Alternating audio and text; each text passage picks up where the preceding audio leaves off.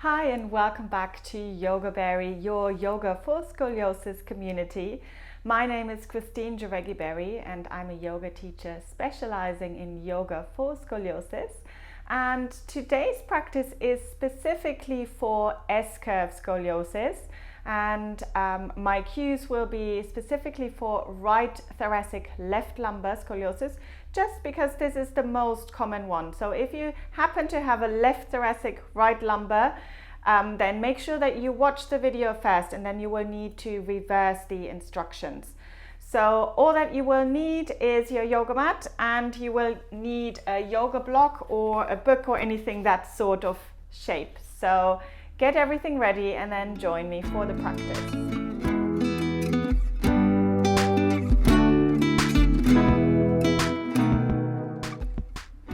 So we're going to start in a seated position, and I'm actually going to sit on my block just because it's more comfortable for me, but feel free to sit directly on your yoga mat, or you can even sit in a chair if that's more comfortable for you. So I'm going to sit cross-legged, and then just lifting up tall, lifting through the crown of the head, so making the spine really, really nice and long. And then let's start by just rolling the shoulders a few times, just to loosen up the upper body. So I'm bringing the shoulders up, back and down just a few times. Good, and then release. Good. So with your S-curve scoliosis, we don't only have a lateral curve, we also have a rotation. So we are going to start with a little bit of twisting. So I just want you to very gently lengthen and then turn yourself to one side, and then just bring the hands to wherever they will go. Just kind of explore how far you can kind of twist on that side, so without any force, and then come back to center and then over to the other side. Good. So see if you can just kind of turn from side to side a few times. So just kind of warming the body up. We never want to force a twist, and it's very important that we're lengthened first and then twist, just to kind of create that space in between the discs. And you will very most likely feel one side that feels a lot easier to twist to. So for me, I've got a right thoracic left lumbar curve.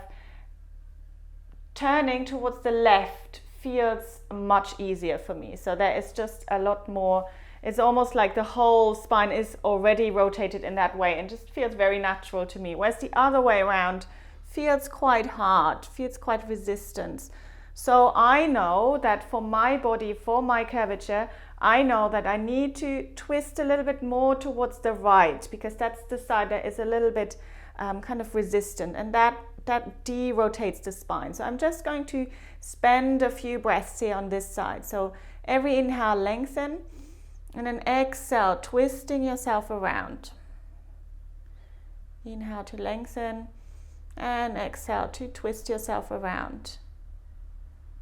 Good. So don't worry if for you it's the other side and you have the same curvature as me. It really depends on where the rotation is happening, even though it would be interesting if you let me know if you feel it's the same side for you, if the right, turning towards the right, is also more difficult for you. Good. So let's release, just come back to center and just notice how you feel. So for me, it just feels like I feel a little bit more even now. And then we're going to come into all fours.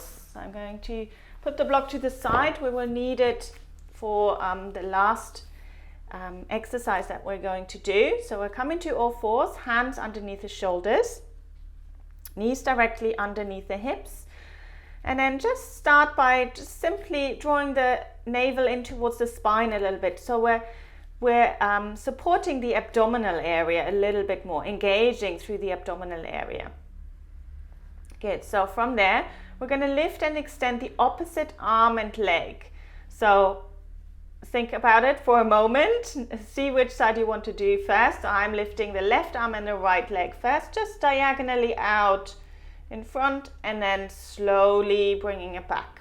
So we're going to alternate sides. Inhale to lift and exhale to lower. Good. And you can always start low. You don't need to lift the arm and the leg very high. What is important is that you're keeping the body really nice and stable. Imagine you've got something very precious, some very expensive champagne balancing, for example, on your lower back. So you don't want to bring a lot of movement here. So it's much more important to do this with lots of stability. Good. So we're going to adjust this one slightly for our S-curve scoliosis now. So what we need to do, because the curve is convex to the right, convex to the left in the lumbar spine, convex to the right in the thoracic spine. The left side of the thoracic spine and right side of the lumbar need a little bit more space. So what we're going to do when we lift the left arm and the right leg, we're really going to reach them away, so reaching them forward. So we're going to hold this for a few breaths. So as if you want to reach forwards as far as you can and reaching back with the right leg as well. Good, let's take another breath here. And then slowly release. Good, let's come to the other side. Now this one is our convex side. So we're going to lift and extend, but this one we don't need more space. We don't need to reach forwards. For this one, especially the right shoulder, I want you to think about drawing the shoulder blade down and in slightly. Good. And keep holding it there. So for me, this is much more tricky. This is much more difficult. Good, and then slowly release. Okay, let's do this one more time. So we're going to reach, lifting the left arm, right leg. Now we really want to extend, reaching them away, creating that space. And then slowly release. And then for the other side, remember the shoulder blade, we want to draw it down and in a little bit towards the spine. So we don't want to reach forwards too much. We're still lifting the arm because we still want to strengthen this side. But we're not reaching forwards too much. Good. And then slowly release. Good. Let's come into cat-cow for a moment. So just lifting the chest, rounding through the spine, just a few times to release. Good. So from there, we're going to come into extended puppy pose. So tuck your toes under. And then we're bringing the hips kind of halfway between the knees and the heels. So sending them back a little bit more. Now, I don't want you to come into a cat pose, so no rounding here. But think about almost like the bottom sticking out behind you. And then we'll come up onto the fingertips. If your hands are happy with this. If your fingers are not happy with this, obviously bring the palms down, but we don't want to bring all the weight onto this. So that's to lift the chest a little bit more. Good. So let's take a few breaths. Think about it's if you have a tail and someone is pulling your tail to the back of the room and you're resisting that. You're trying to reach forwards a little bit more. So this is kind of an internal movement. There's not that much to see, but you'll definitely feel this. Obviously, if your knees don't like it, then bring a blanket underneath the knees. Good.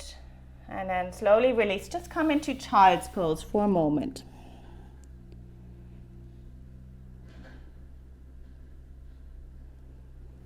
Good. Slowly bringing yourself up. Good. We're going to adjust this again for S-curve scoliosis. And I'm using the block. And the block is going to be there to help me de-rotate slightly. And it's going to support the left hand. So we'll come back to that extended puppy pose. This time the left hand is onto the block. And this is especially useful if you have quite a large rib hump on the right side and there's quite a big curve going backwards on your right side and you want to de-rotate this. In which case you might even want something a little bit higher. So when somebody looks at you from the top, it makes your spine looking or your back looking a little bit more even. So you might want to ask someone just to help you with the height here. Good. So from there, same thing. So think about lifting the front side of the ribs a little bit and allowing for the right side, the rib hump side, to drop a little bit more. So we're bringing in a little bit of derotation into the spine. And then can you think about the right waist lengthening a little bit more? So sending the right sitting bones back a little bit more. Good. So see if you can hold it another couple of breaths. This is quite hard work.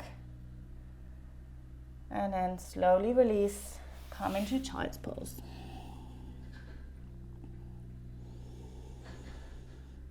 Good. And then slowly bringing yourself up when you're ready. Good. So I hope you enjoyed our little practice today. I hope it's given you a few ideas, and if you want to learn more about yoga for scoliosis, then feel free to check out the description below. There's some links to my online courses, and I'll see you very soon for the next video.